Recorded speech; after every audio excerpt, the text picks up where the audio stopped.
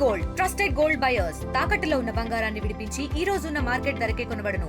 మరిన్ని వివరాలకు సంప్రదించండి 7771077720.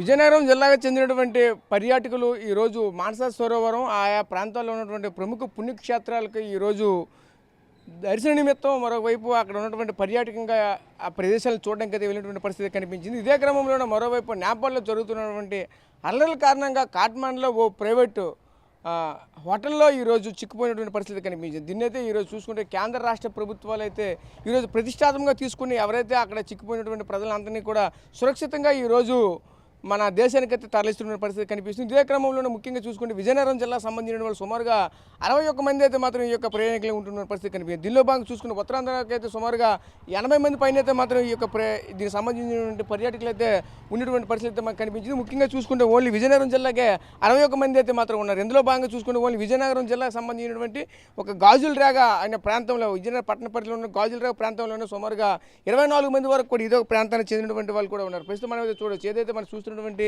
హౌస్ ఏదైతే ఉందో ఈ హౌస్ ఉన్నటువంటి లలిత అలాగే మరోవైపు సూర్యకుమారి ఇద్దరు కూడా ఈ యొక్క ఇంటికి సంబంధించినటువంటి వ్యక్తులు ఇక్కడి నుంచి అయితే ఆ యొక్క ప్రాంతాలకు వెళ్ళి దైవ దర్శనం చేసుకోవాలి, అదేవిధంగా పర్యాటకంగా ఉన్నటువంటి ప్రదేశాలు కూడా చూడాలనే ఒక ఉద్దేశంతో ఆయా ప్రాంతాలకు వెళ్ళేసరికి అనుకోకుండా ఒకసారిగా ఆయా ప్రాంతాల్లో చిక్కుపోయినటువంటి పరిస్థితి మనకు కనిపించాయి. ప్రస్తుతం అయితే మనం చూడొచ్చు ఈ ప్రాంతంలో ఉన్నటువంటి ప్రజలంతా కూడా భయాందోళనకు గురైనటువంటి పరిస్థితి కనిపి ఎందుకంటే మా ప్రాంత వాసులు అక్కడెక్కడో చిక్కుపోయారంటే కూడా చాలామంది బాధపడినటువంటి పరిస్థితి మనకు కనిపించి ఇదే క్రమంలో మనమైతే చూడవచ్చు ఏదైతే ఈ హౌస్కు సంబంధించినటువంటి ఓనర్స్ ఎవరైతే ఉన్నారో వీళ్ళంతా కూడా అక్కడ చిక్కుపోవడంతో ఇంటికాడ ఉన్నటువంటి వ్యక్తులు కూడా ఒక రకంగా చెప్పాలంటే ఇబ్బందులు ఎదుర్కొనే పరిస్థితి కనిపించింది. ఇప్పటికే చూసుకుని ప్రభుత్వం దృష్టి కూడా వెళ్ళాలనే ఆలోచనలు కూడా పడినటువంటి పరిస్థితి కనిపించింది. ఇదే క్రమంలోనే వాళ్ళ అబ్బాయి అయితే ఉన్నారు వీళ్ళ మనకు కనిపిస్తున్న ఎవరైతే ఇతని పేరు ఆల్తి శేఖర్, ఈ శేఖర్ గారికి అమ్మగారు అలాగే వాళ్ళ అత్తయ్య గారు ఇద్దరు కూడా ఈరోజు పూర్తిగా అక్కడెక్కడ ఉండిపోయినటువంటి పరిస్థితి కనిపించింది. అక్కడి నుంచి చూసుకుంటే అసలు ఏం జరుగుతుంది ఏంటని వాళ్ళ మాటలను తెలుసుకునే ప్రయత్నం చేద్దాం. చెప్పండి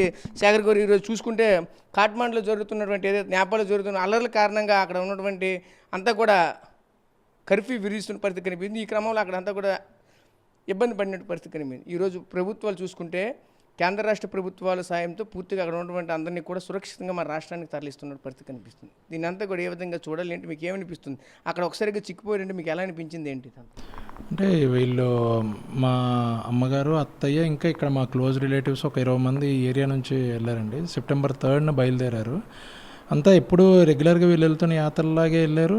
మొన్న 2 days బ్యాక్ బీహార్ బయలుదేరిపోలే జషీద్ అక్కడ జ్యోతిర్లింగం దర్శనం చేసుకోవడానికి.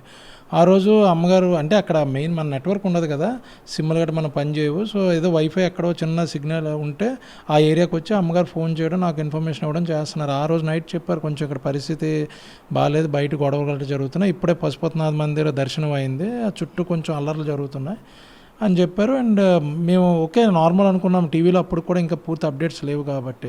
కానీ నిన్న మార్నింగ్ మా అత్తయ్య గారు ఫోన్ చేశారు, ఆవిడ మాజీ ప్రెసిడెంట్ ఇక్కడ టీడీపీ, ఆవిడ ఫోన్ చేసి ఇలా కొంచెం సిచ్యువేషన్ బాగాలేదు ఇక్కడ, మేము ఒక రూమ్లో లాక్ చేసుకుని ఉన్నాం, బయట అంతా కర్ఫ్యూ ఉంది, ఆర్మీ ఇంకా పూర్తిగా రాలేదు, సో మేము సిచ్యువేషన్ అయితే ఇలా ఉంది, ఎవరికైనా హైయర్ అథారిటీస్కి ఇంటిమేట్ చేయండి అని మార్నింగ్ 6:30కి నాకు కాల్ చేశారు.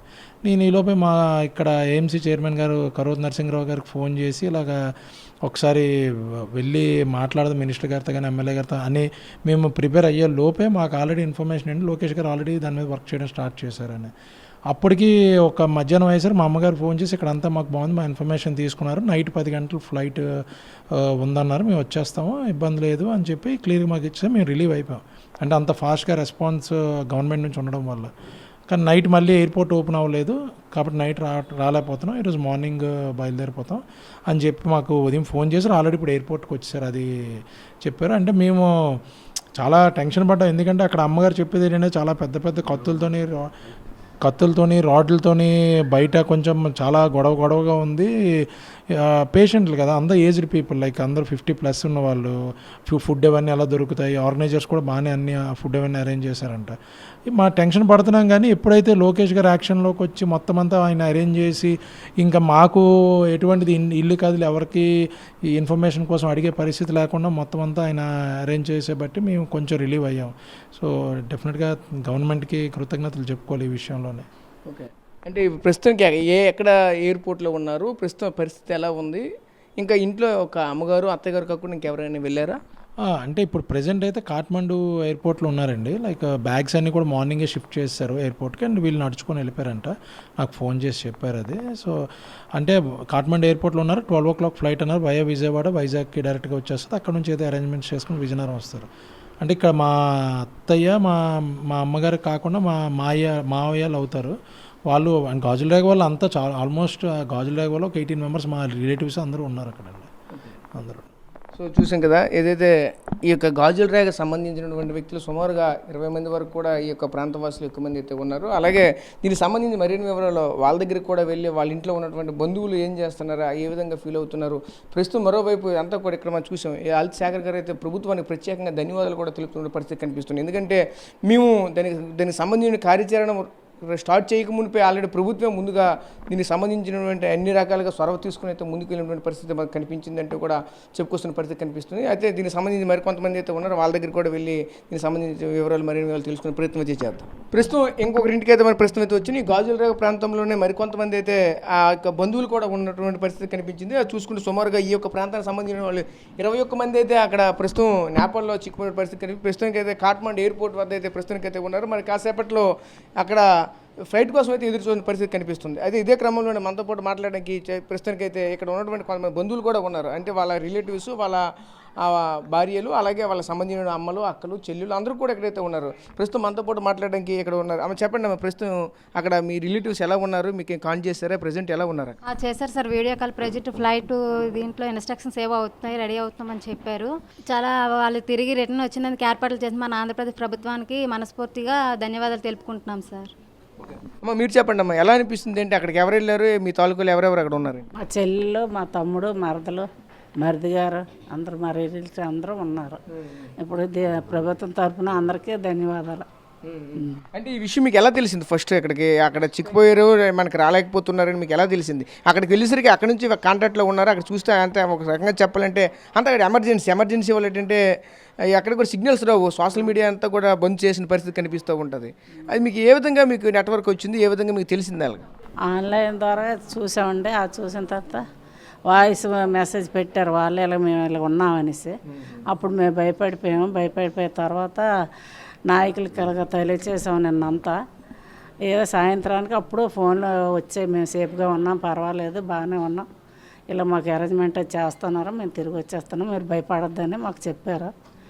అదే లోకేష్ గారికి, మా నాయకులకి ధన్యవాదాలు తెలియజేసుకుంటున్నాం.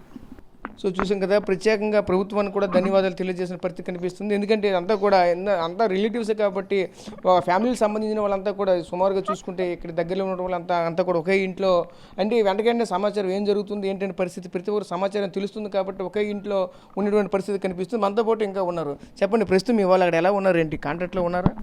కాంటాక్ట్లో ఉంటున్నారండి. ప్రజెంట్ మన ఇండియన్ సిమ్స్ ఇవి వర్క్ అవ్వ కనుక వీలైనప్పుడల్లా వాట్సాప్ కాల్ చేస్తూ ఉన్నారు. వాళ్ళకి వైఫై దొరికిన ప్రతిసారి. ప్రజెంట్ అయితే వాళ్ళు కాఠ్మండు ఎయిర్పోర్ట్లో వెయిట్ చేస్తున్నారు. 12:50కి అట్లా ఫ్లైట్ అని చెప్పారంట. సో చెక్ ఇన్ అది చేసుకొని ప్రాసెస్ అయిన తర్వాత రాబోతున్నారు. మీరు చెప్పండి, మీ తాలూకు అక్కడ ఎవరున్నారు, ఏంటి ప్రస్తుతం వాళ్ళ పరిస్థితి ఎలా ఉంది, మీ కాంటాక్ట్లో ఉన్నారు, ఏం మాట్లాడుతున్నారా, వీడియో కాల్ వస్తుందా? ఆ వీడియో కాల్ ప్రెజెంట్ కూడా వాళ్ళు ఎయిర్పోర్ట్లో చెక్ ఇన్ అవుతున్నారంట. 12:50కి ఫ్లైట్ ఉన్నది. సో వాళ్ళు బై ఈవినింగ్ కల్లా రీచ్ అయిపోతారు వైజాగ్కి. వాళ్ళు చెప్పారు మీరు ఏం కంగారు పడక్కలు, ఇక్కడ అంతా బాగానే ఉంది, గవర్నమెంట్ తీసుకోవడం వల్ల ఫార్వర్డ్ వెళ్ళడం వల్ల కొంచెం బాగానే ఉంది, మేము వచ్చేస్తున్నాము, ఏం కంగారు పడకండి అని చెప్పారు. ఓకే, మీరు చెప్పండి అమ్మా, ఎలా అనిపిస్తుంది ఏంటి చూస్తూ ఉంటే? అక్కడ మీ హస్బెండ్ ఈరోజు అక్కడ వెళ్ళినట్టు, ఎందుకంటే ఆ టీంని అంతా కూడా లీడ్ చేస్తుంది మీ హస్బెండ్ అంటున్నారు ఈశ్వర్ గారు. ఎలా వాళ్ళందరినీ లీడ్ చేసుకుని వస్తున్నారు ఏంటి? మీ కాంటాక్ట్లో ఉన్నారు కదా, ఏం చెప్తున్నారు? బాగానే ఉన్నారు, సేఫ్గా ఉన్నాము, ఏం లేదు అనేసి చెప్పారండి. నిన్న ఫోన్ లేదు, ఏమీ లేదు అనేసరికి టెన్షన్ పడ్డాం. కానీ ఈరోజు మార్నింగ్ కాల్ వచ్చేసరికి ఫ్లైట్ అనేసరికి కొంచెం సేఫ్ అయ్యాం. కొద్దిగా వాళ్ళు భయం పడలేదు, మేము భయం పడలేదు. సో చూసాం కదా, ఇక్కడ ఉన్నటువంటి అంతా కూడా సేఫ్గా ఉన్నామని చెప్పడంతో చాలా ఆనందం వ్యక్తం చేసిన పరిస్థితి కనిపిస్తుంది. ముఖ్యంగా చూసుకుంటే ప్రభుత్వానికి అయితే స్పెషల్ థ్యాంక్స్ చెప్తున్న పరిస్థితి. ఎందుకంటే నిన్న రాత్రి నుంచి అయితే మాత్రం మేము చాలా ఆందోళన చెందాము. ఒకసారిగా ప్రభుత్వం జోక్యం చేసుకోవడంతో ఈరోజు వెంటనే అక్కడ నుంచి ఉన్నటువంటి పూర్తిగా చూసుకుంటే ఇండియా వైజ్గా సుమారుగా 300 మంది పైన యాత్రికులు అయితే ఉన్నప్పటికీ ఓన్లీ ఇక్కడ విజయనగరం సంబంధించిన వాళ్ళు 61 మంది అయితే ఉన్నారు. దీనిలో భాగంగా పూర్తిగా ఒకే కుటుంబాలకు, అంటే అంతా కూడా ఒకే ఫ్యామిలీకి సంబంధించిన వాళ్ళు సుమారుగా 21 మంది ఉండడంతో అంతా కూడా అక్కడే ఉండిపోతే మా పరిస్థితులు ఏంటంటూ మేము చాలా చాలా ఆందోళన అయితే వ్యక్తం చేసాం. ఈరోజు ఖచ్చితంగా వీళ్ళంతా కూడా మా పట్ల ఒక దేవుళ్ళు అయితే మాకైతే కనిపించారంటూ కూడా మరొకటి చెప్పుకొస్తున్నారు. ఎందుకంటే ఒక పక్క కొండపల్లి శ్రీనివాసరావు, అలాగే నారా లోకేష్, అలాగే రాష్ట్ర ముఖ్యమంత్రి నారా చంద్రబాబు నాయుడు ముగ్గురు చొరవతో ఈరోజు చాలా చాకచక్యంగా వీళ్ళందరినీ కూడా అక్కడ నుంచి తీసుకురావడం అయితే జరుగుతుందంటూ కూడా చెప్పుకొస్తున్న పరిస్థితి కనిపిస్తున్నాయి. ఖచ్చితంగా ఏదేమైనా సరే గవర్నమెంట్కి అయితే స్పెషల్ థ్యాంక్స్ చెప్పుకుంటున్న పరిస్థితులు అయితే కనిపిస్తున్నాయి. కెమెరా పర్సన్ నాయుడుతో రాజేష్, RTV, విజయనగరం నుంచి. తెలుగులో ఫాస్టెస్ట్ న్యూస్ ఇప్పుడు కొత్త అవతారంలో 5 సెకండ్లోనే పూర్తి వార్తా సమాచారం మీ చేతిలో. సోషల్ మీడియా ట్రెండ్స్ మీ కళ్ళ ముందుకే live TV and voice search ఆప్షన్స్తో ఇప్పుడే డౌన్లోడ్ చేయండి. యాప్ లింక్ డిస్క్రిప్షన్లో ఉంది.